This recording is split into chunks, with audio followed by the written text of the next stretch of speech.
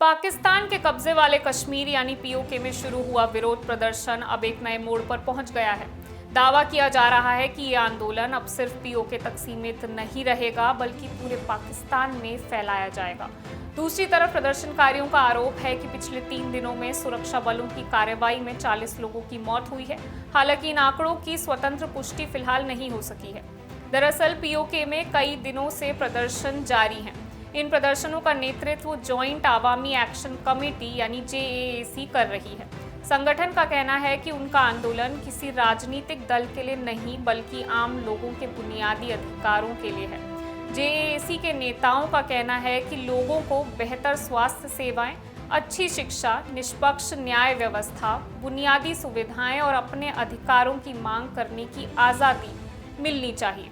संगठन का आरोप है कि इन मांगों को दबाने के लिए लगातार बल प्रयोग किया जा रहा है। JAAC के एक कोर कमेटी सदस्य सरदार अरमान कश्मीरी ने लोगों से अपील की है कि पाकिस्तान कश्मीर घाटी, जम्मू, लद्दाख, गिलगित बाल्टिस्तान और पुंछ समेत अलग अलग इलाकों के लोग इस आंदोलन का समर्थन करें। वहीं संगठन के एक अन्य नेता सरदार उमर नजीर कश्मीरी ने दावा किया कि पिछले 3 दिनों में 40 लोगों की मौत हुई है, जबकि पिछले करीब 52 से 53 दिनों में मरने वालों की संख्या लगभग 100 तक पहुंच गई है।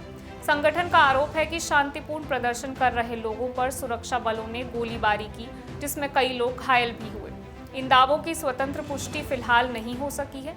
इस बीच प्रदर्शनकारियों का ये भी आरोप है कि कई इलाकों में इंटरनेट और मोबाइल सेवाएं बंद कर दी गई हैं।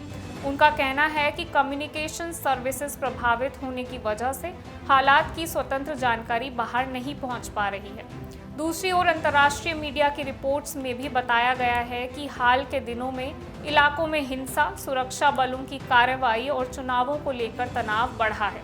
हालांकि पाकिस्तान की ओर से प्रदर्शनकारियों के आरोपों को लेकर अलग अलग दावे किए गए हैं और घटनाओं को लेकर दोनों पक्षों के बयान अलग हैं।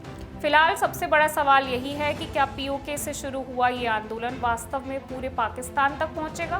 क्या लगातार बढ़ते विरोध प्रदर्शनों से पाकिस्तान सरकार और सेना पर दबाव बढ़ेगा?